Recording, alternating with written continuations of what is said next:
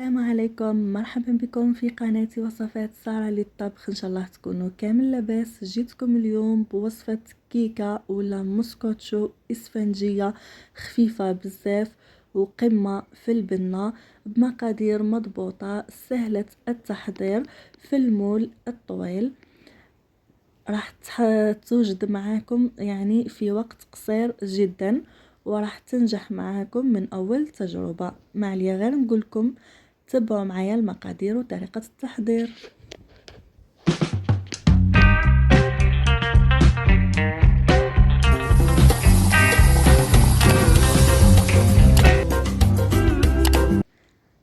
عندي هنايا 3 بيضات. البيض تاعي صغير، نتوما اذا كان كبير ديروا 2 بيضات راح يكفي. وعندي كاس ناقص صباع تاع الزيت.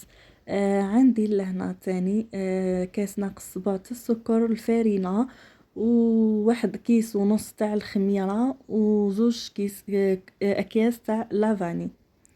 حطيت البيض ونحط معاه السكر ونبدا نطلعهم بالباتر جيدا حتى يولي لي خليط ابيض ويذوب هذاك السكر تماما باه يكون الخليط تاعنا واجد معانا كيما راكم تشوفوا هنا. ولا الخليط هذاك ابيض. هنا هذاك الكاس غير ربع تاع الزيت راح نضيفه تدريجيا على 3 دفعات، وكل ما نضيف شويه نزيد نخلط بالباتر كيما راكم تلاحظوا. هذه المره الثانيه ونزيد نضيف الكميه المتبقيه كامل ونزيد نطلعهم بالباتر هكذا جيدا. كما راكم تلاحظوا هاد المسكوتشو بدون حليب وتجيكم خفيفة خفيفة خفيفة وبنينة ما شاء الله. لهنا حطيت 2 اكياس تاع لافاني. كل ما نحط حاجة راني نخلط فيهم بالباتر جيدا. من بعد نجيبو صفاية ونحط كاس تاع الفارينة نغربلو مليح مليح باه ما تجيناش فيها الحبيبات، وندخل هذيك الفارينة جيدا في الخليط تاعنا كما راكم تلاحظوا. شوفوا هنا القوام اللي تحصلت عليه. راح نزيد ربع كاس فقط تاع الفارينة هكذا مع كيس ونص تاع الخميرة الكيميائية. كيس ونص فقط تاع الخميرة الكيميائية نغربلهم هما تاني ونكمل نخلط ندخلهم مليح في هذاك الخليط حتى تدمج المكونات كامل جيدا.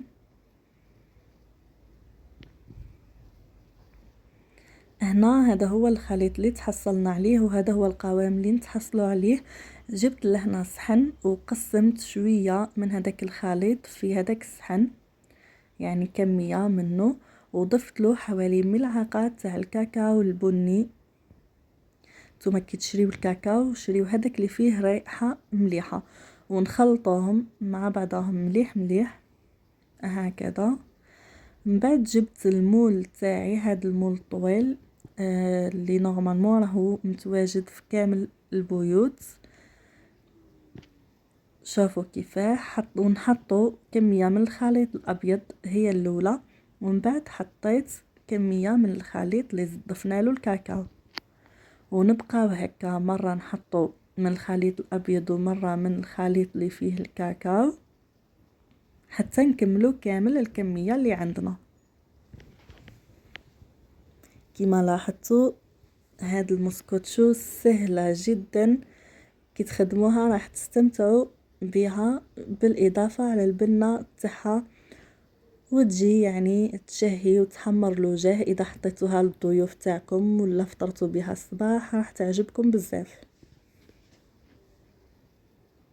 هنا بعد ما كملت وحطيت كامل الكمية جبت الموس ودرت هاد الطريقة كما راكم تلاحظوا، وندخلها الفرن طيب على 220 درجة. راح طيب بالخف على خاطر هاد المول راهو خفيف.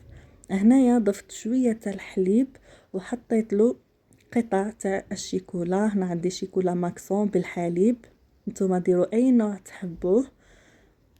من بعد زينت بيه الكيكه من فوق كيما راكم تلاحظوا، جات تشهي، جات ما شاء الله، والله خفيفه بزاف بزاف وبنينه، وجات شغل مشربه بهذيك الشيكولا من فوق.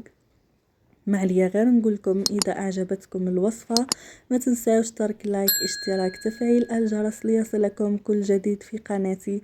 نلتقي في فيديو اخر وفي وصفه اخرى ان شاء الله. مع السلامه.